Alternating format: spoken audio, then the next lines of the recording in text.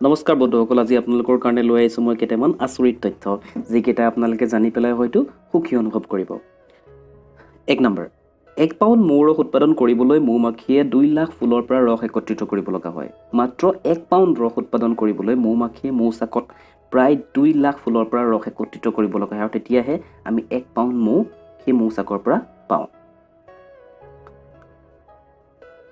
2 number, বাঘ আৰু ঘৰচীয়া মেকুৰীৰ মাজত 95.6% DNA মিল থাকে, আৰু সেয়েহে দুয়োটা প্ৰাণীৰ প্ৰায় প্ৰকাৰ আচাৰ ব্যৱহাৰ ঠিক একে হয়। 3 নম্বৰ, যদিহে মানৱ মস্তিষ্ক এটা কম্পিউটাৰ হ'ল হয়, ই প্ৰতি ছেকেণ্ডত 37,000 ট্ৰিলিয়ন কাম কৰিব পাৰিলে হয়। পৃথিৱীৰ অতি ছুপাৰ কম্পিউটাৰ ব্লুজিনে কেৱল 0.002%হে কৰিব পাৰে, আৰু তাৰ তুলনাত আমাৰ মানৱ মস্তিষ্ক অতি বেগী বুলি আমি অনুমান কৰিব পাৰোঁ। 4 নম্বৰ, এটা মহৰ 47টা দাঁত থাকে। মহ মানে বন্ধুসকল আমাক কামোৰা এই মহবিধৰ কথা কৈছোঁ, আৰু ই সঁচাকৈ এটা আচৰিত তথ্য যে এটা ইমান সৰু জীৱটোৰ 47টা দাঁত থাকে। ই সঁচাকৈ আচৰিত।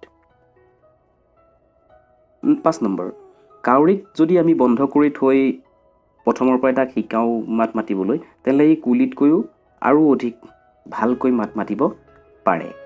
গতিকে ইও এটা আচৰিত কথা, যি কাউৰী মাত শুনিলে আমাৰ আমনি লাগে, আৰু সেই কাউৰীয়ে অতি সুন্দৰকৈ কুলিতকৈও ভাল মাত মাতিবলৈ পাৰে, যদিহে তাক আমি প্ৰথমৰ পৰাই বন্ধ কৰি সেই শিক্ষা দিয়া যায়। বন্ধুসকল, এই তথ্যবোৰ মই ইণ্টাৰনেটৰ পৰা সংগ্ৰহ কৰিছোঁ। যদিহে আপোনালোকে ভাল পাইছে, লাইক কৰিব, শ্বেয়াৰ কৰিব, আৰু লগতে ছাবস্ক্ৰাইব বাটনটো টিপি দিব, যাতে মই আগলৈ আপোনালোকৰ বাবে আৰু ইয়াতকৈও আচৰিত তথ্যবোৰ আপোনালোকৰ মাজত বিয়পাব পাৰোঁ। তাৰে কামনাৰে ধন্যবাদ।